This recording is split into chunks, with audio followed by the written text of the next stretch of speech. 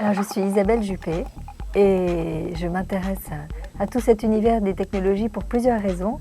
L'une, c'est que je travaille dans le groupe Lagardère et que je fais un petit peu de veille sur ces nouveaux médias et ces univers et ce monde numérique de demain.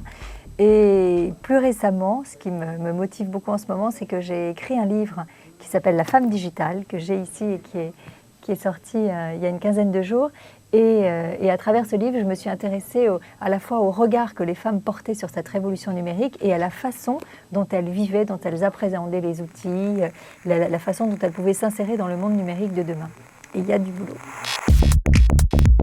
Moi, ce qui m'a intéressée, c'était d'avoir une approche humaine de cette révolution technologique parce qu'en général, on voit toujours ça sous un angle technologique ou sous un angle géographique en comparant ce qui se passe dans différents pays, mais jamais sous un angle humain de vie quotidienne. De ne pas avoir un discours trop manichéen parce qu'on en parle soit en disant mais c'est terrible, c'est la pornographie, c'est l'atteinte à la vie privée, les technologies, on ne lit plus, c'est la violence, derrière les blogs, on dit n'importe quoi. Donc soit on a cette vision très noire, très négative, soit au contraire, on vit avec 50 téléphones portables sur soi, on devient complètement accro, on trouve ça génial et tout.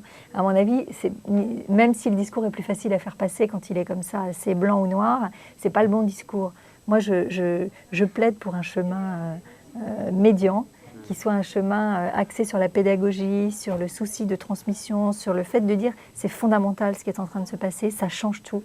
Ça change la façon d'élever des enfants, ça change le regard sur les autres, le regard sur la vie, les frontières entre le virtuel et le réel sont en train de s'effacer, le temps est complètement, les frontières du temps sont abolies comme le transport a effacé les frontières de l'espace. Ben là, c'est pareil ce qui est en train de se passer. Moi, les deux tendances majeures des 30 années qui viennent, allons-y, même des 50 années qui viennent, c'est à la fois le développement de la technique, donc de plus en plus de numérique, et de plus en plus d'écologie et de besoin de se ressourcer, de consommer moins, de faire attention à notre planète. Et donc je me dis qu'on va être obligé de concilier technologie et écologie, que les femmes vont être au cœur de tout ça, et que si on fait un petit effort, on arrivera à se déconnecter de temps en temps. Ça sera le vrai luxe, mais ça nous fera du bien. Et donc on va vivre dans un monde moderne, donc où les technologies, notamment en matière de santé par exemple, vont nous apporter des choses extraordinaires, mais où on réapprendra aussi à vivre un petit peu dans la nature, sans tout ça.